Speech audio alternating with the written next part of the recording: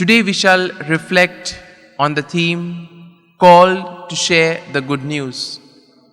In today's world we see that media plays a very important role in the distribution of information.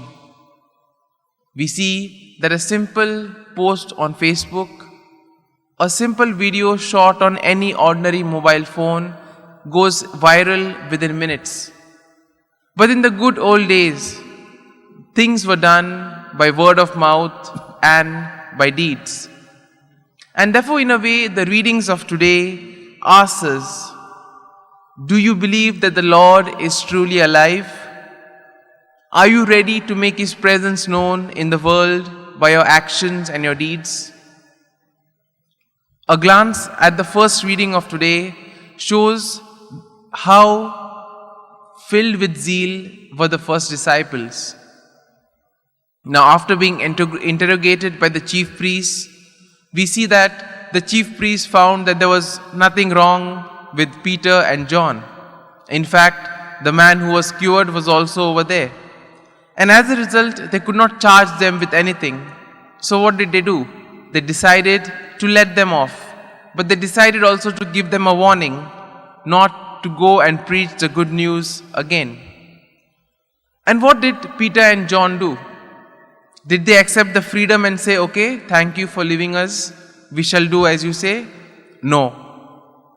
They said that they would continue to do what is right. And what is right was to preach the good news. Now we see what a transformation was there in the lives of these disciples. These same disciples who were not willing to spend the night with Jesus at the Garden of Gethsemane, Peter, who denied Jesus 3 times, now was ready to give his life for Jesus. The same disciples who were afraid for their lives, who ran away when Jesus was arrested, were now ready to do anything to spread the good news. What had changed? They were all filled with the power of the Holy Spirit. Now Jesus had said that after He dies, after He goes back, He would send the Paraclete. And this is exactly what happens. Similarly, in our lives too, Jesus has given each and every one of us the Holy Spirit. And therefore, what is important for us is to be attentive to the working of the Spirit in our lives. It is only when we are attentive to the working of the Spirit is when we can know what the Lord exactly wants us to do.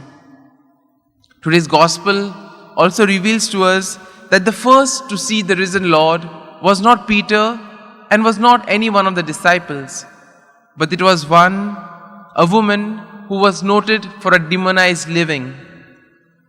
We see that she had been forgiven much, and as a result of that, she truly loved the Lord.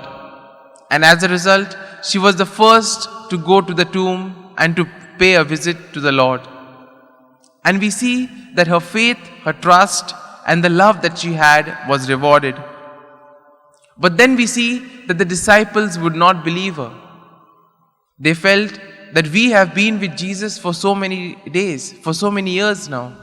And Jesus appears to her, somebody who had demons in her, somebody whose life was not that good. And we see that in our lives too, prejudices can prevent us from having an experience of the Lord. We see that we tend to have prejudices against people, against things. And when this is there, we cannot appreciate the beauty that is there in others. And in a way, we see that Jesus scolds the disciples for their unbelief. And probably, if Jesus had to look into our prejudices, He too would scold us for having such prejudices. And therefore, we see that it is the Holy Spirit which makes our faith in Jesus come alive. We all need to be attentive to the working of the Spirit. We all need to allow ourselves to be handed over to the Holy Spirit so that the Holy Spirit can guide us. And in a way, having experienced the risen Christ, we are all ambassadors and witnesses of the victory of Christ over sin and death. And therefore, we are called to spread the good news through our words and through our deeds. In a way, all of us are missioned in small ways and some in great ways. But what matters is that each of us do our part in spreading the good news. And therefore, today in a very special way, let us ask for this grace that we may be attentive to the working of the Spirit in our lives, and that we too may be able to proclaim the good news through our actions and through our words. Amen.